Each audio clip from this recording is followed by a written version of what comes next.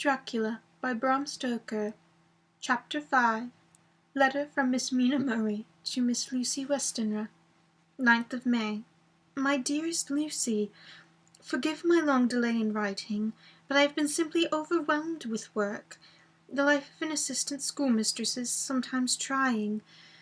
I am longing to be with you, and by the sea, where we can talk together freely and build our castles in the air. I've been working very hard lately, because I want to keep up with Jonathan's studies, and I have been practicing shorthand very assiduously.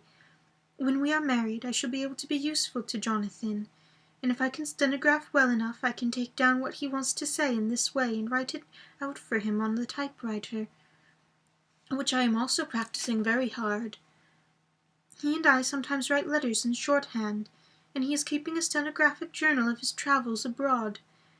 When I am with you, I shall keep a diary in the same way. I don't mean one of those 2 pages to the week with Sunday squeezed in a corner diaries, but a sort of journal which I can write in whenever I feel inclined. I do not suppose there will be much of interest to other people, but it is not intended for them. I may show it to Jonathan some day, if there is in it anything worth sharing. But it is really an exercise book. I shall try to do what I see lady journalists do, interviewing and writing descriptions and trying to remember conversations. I am told that, with a little practice, one can remember all that goes on, or that one hears said during a day. However, we shall see. I shall tell you all my little plans when we meet. I have just had a few hurried lines from Jonathan in Transylvania.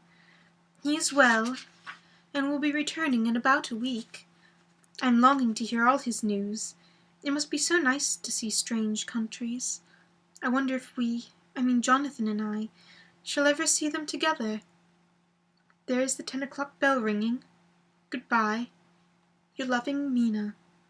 Tell me all the news when you write. You have not told me anything for a long time. I hear rumors, and especially of a tall, handsome, curly-haired man.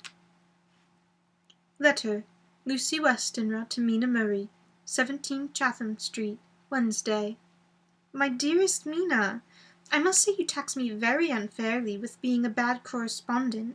I wrote to you twice since we parted, and your last letter was only your second. Besides, I have nothing to tell you. There is really nothing to interest you. Town is very pleasant just now, and we go a good deal to picture galleries and for walks and rides in the park. As to the tall, curly-haired man, I suppose it was the one who was with me at the last pop. Someone has evidently been telling tales. That was Mr. Holmwood. He often comes to see us, and he and Mamma get on very well together. They have so many things to talk about in common.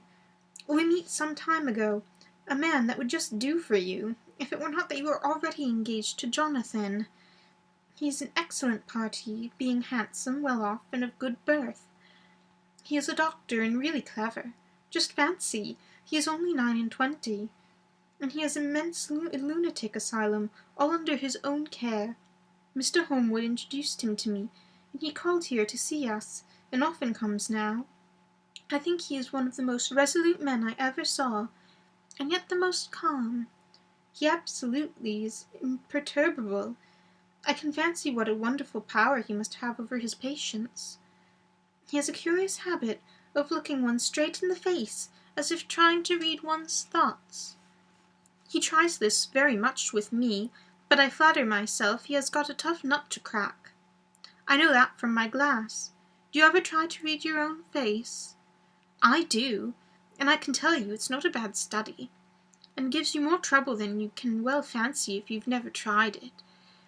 He says that I afford him a curious psychological study, and I humbly think I do. I do not, as you know, take sufficient interest in dress to be able to describe the new fashions. Dress is a bore. That is slang again, but never mind. Arthur says that every day. There, it is all out. Mina, we have told all our secrets to each other since we were children. We have slept together and eaten together, and laughed and cried together, and now, though I have spoken, I would like to speak more. Oh, Mina, couldn't you guess? I love him. I am blushing as I write, for although I think he loves me, he has not told me so in words, but, oh, Mina, I love him. I love him. There, that does me good. I wish I were with you, dear, sitting by the fire, undressing, as we used to sit, and I would try and tell you what I feel. I do not know how I am writing this even to you.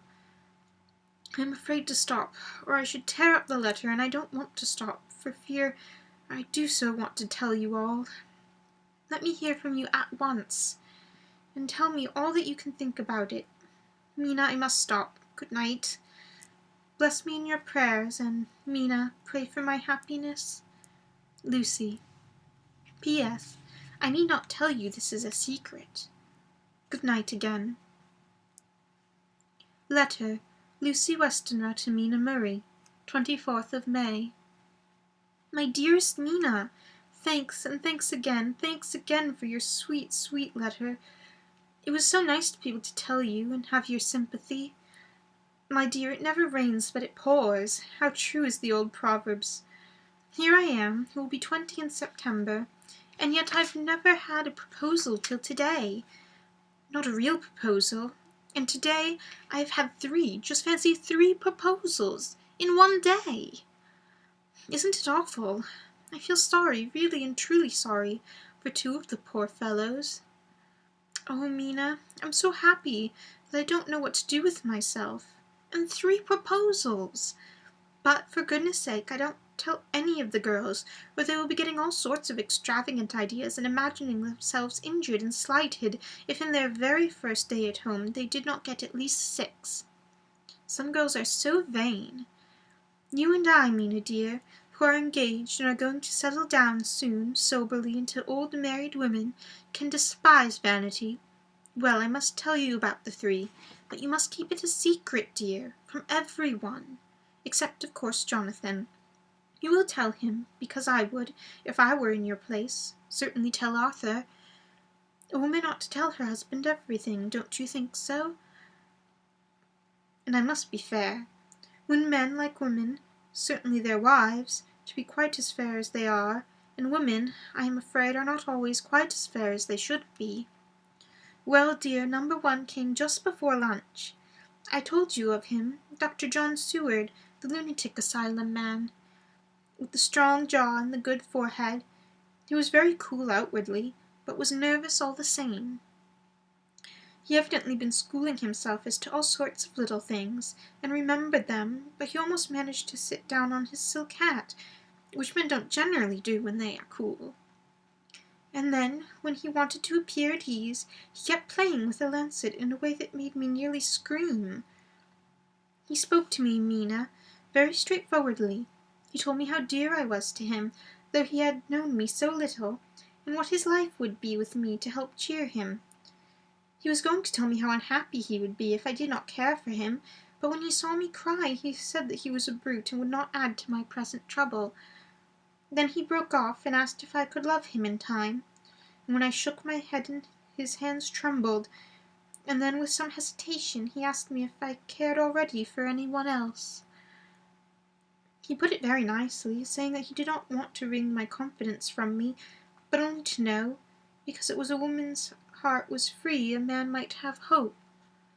And then, Mina, I felt a sort of duty to tell him that there was someone.